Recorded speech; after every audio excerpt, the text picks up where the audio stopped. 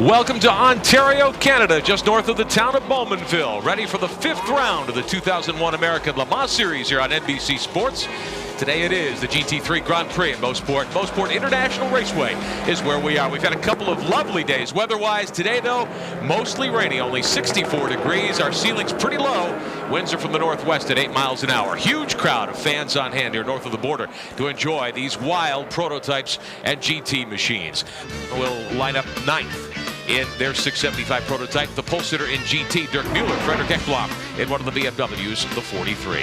Hi, Rick Benjamin. Good to have you with us today here on NBC Sports. Rest of the starting lineup looks like this. There is row 5, the 6th row, one of the Corvettes, along with the GT BMW. Sed and Stuck will be there. The rest of the field, 26 cars strong. Bill Adam, we've got 4 cars that had to fall to the back of the grid today. The pace car is in. We're set to go in very wet conditions here at Mosport. Glad to have you with us on NBC Sports. The Audis lead them to green, and here we go. Well, Jan Magnussen, remember the last time we saw these cars up here, he had a bit of a shot going into turn 3, but he is a very good rain driver. There are 2 Canadians right there. That is, oh boy, and the Corvette gave a big wiggle going into turn 1. That's Kelly Collins in the number 4 Corvette, leading in GTS right now. One of the 675 cars. Claudia Hurtgen is driving the number 11 for Ruth Nighthawk. John Graham is in the 57. Dick Barber fielding 2 cars in the 675 prototypes. As we check our BMW running order.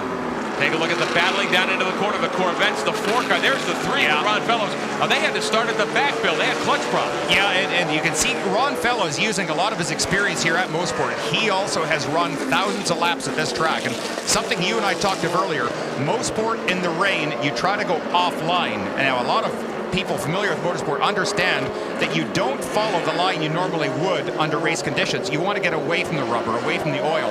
Mosport pays massive dividends when you do that, and turn 3 is one of those areas with excellent traction on the outside edge of the corner. Ron Fellows, using his local knowledge, took advantage of that, and he's closing quickly on the 675 car here. Fellows in the Goodwrench Corvette. Of course, they were the winners of GTS at Portland.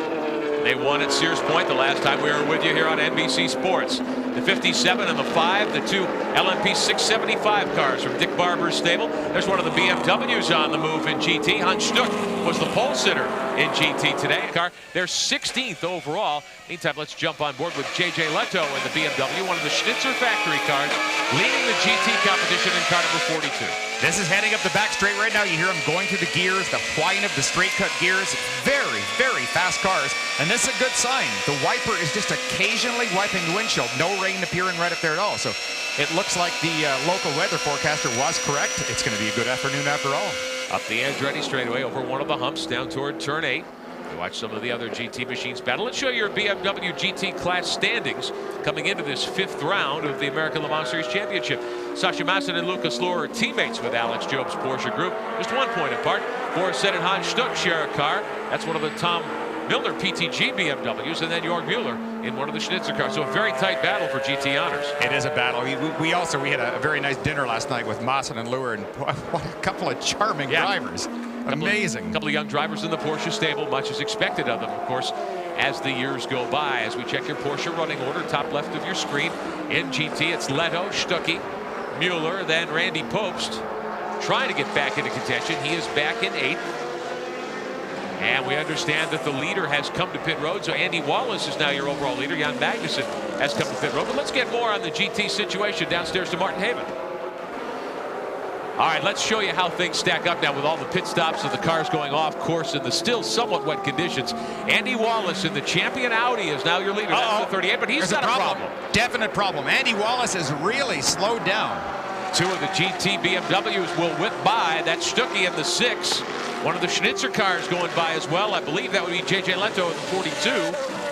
Here comes the 43 car with Mueller. Well, this is kind of strange. He almost looked like he started getting back up to speed for a moment. He was definitely off pace there, though. All of the tires look okay. Can't see anything coming out the back. Yellow flag out. So, boy, he's getting a lucky break. He's going to be able to make a pit stop here with a yellow flag. That might be a pace car. We will find out what the situation is with the champion Audi. Safety car will be out. Full course caution, because you've got one of the Peterson Porsches, or the Peterson Porsche, in the tire barrier that we saw a few moments ago. the 30 car. Timo Bernhard was driving that machine. That was Bernhard you saw up on the tire barrier with a big B on his helmet there a few moments ago as we were discussing Butch Leitzinger's trip into the grass and into the tire barrier. Yellow's out for the second time here this afternoon as we watch the 42. J.J. Leto leading in GT in that BMW. Stuck is second. There's Wallace going by. And this, according to our scoring monitor, will put Jan Magnussen back into the lead in the Panos in the 50 car. So desperately need that stop for fuel. now the GT battle, when we were with you at Sears Point a couple of weeks ago, you've got four essentially factory-backed BMWs, the white and blue cars, the Schnitzer machines, the 42 and the 43. And then you've got the two Tom Milner PTG entries, the 6 and the 10. Well, the 10 car, not much of a factor here. Bill Oberlin got wrecked yesterday in practice. He suffered a concussion. He's sitting out 7 days as per American Le Mans Series rules. This is your GT leader, Jörg Mueller, in the 42. And it's very interesting. It's a real battle of ego between these two teams. Even though the cars look very, very similar, and they are. They basically designed, and all of the pieces are built by BMW in Europe. When Milner's team, when the PTG guys get these, they naturally modify them little tiny bits. And one place where you'll see it is on the very front end of the car, what they call the splitter. Down low on the nose piece. This car here has nothing extending out. Milner's car has a little carbon fiber tray coming out to try and give them a little more downforce. They all do their own little changes. So the ego between the teams is that they might say, well, yeah, our cars are kind of the same, but we want to beat you guys. Mueller is 8th overall. Third in making second now in GT. Boris Said has taken over from Hans Stuck in Milner's 6 car. This is one of the PTG machines, and there's a tire difference as well. This team uses Yokohama. That's right. This will give you a pretty graphic example of the difference in the front end of this car. You'll see the tray. It's difficult to look, but look how it extends forward. Just like a little pie wedge, something that comes forward to scoop the air up over the leading edge, just that little lip. Now, Milner's team felt aerodynamically this was what they wanted to do to achieve more downforce. The Euro team felt they didn't want it. As we watch Said, one of the great GT racers in this country. He raced in the Trans Am Series event yesterday at Road America in Wisconsin. Talked to Boris this morning. He said, hey, I brought the bad weather with me. That race was red flag 4 laps short of the end due to rain. And it was raining here, of course, when he got here this morning. As we take a ride with the number 42, Jörg Mueller, taking over from J.J. Leto. They are 8th overall, the leaders in GT. They're ahead of Said, they're ahead of Dirk Mueller, they're ahead of Sasha Maassen. We'll be back. I think that's all he wants to do is just to keep circulating around the track. That's a bit of a heartbreak after such a great pass. One of the GTS Vipers there in front of one of the GT BMWs. Your leader, the 42 car, Jörg Mueller, at that wheel of that machine. And he goes by that Viper. Now that shows you how strong those V8 M3 BMWs are. These are wonderful cars. Boy, they are just beautiful little pieces of work. They have taken advantage of a loophole. I think maybe the first one's to admit it too, but certainly if there's something in the rules or if there isn't something in the rules, you try and take advantage to the nth degree of it, and they have done that. These are beautiful race cars, and I think everybody is envious of the way they've been set up, the way they go in a straight line, the way they handle it, and maybe typical of what the Audis do as well is that they are so good over bumps, both turning into corners and applying power.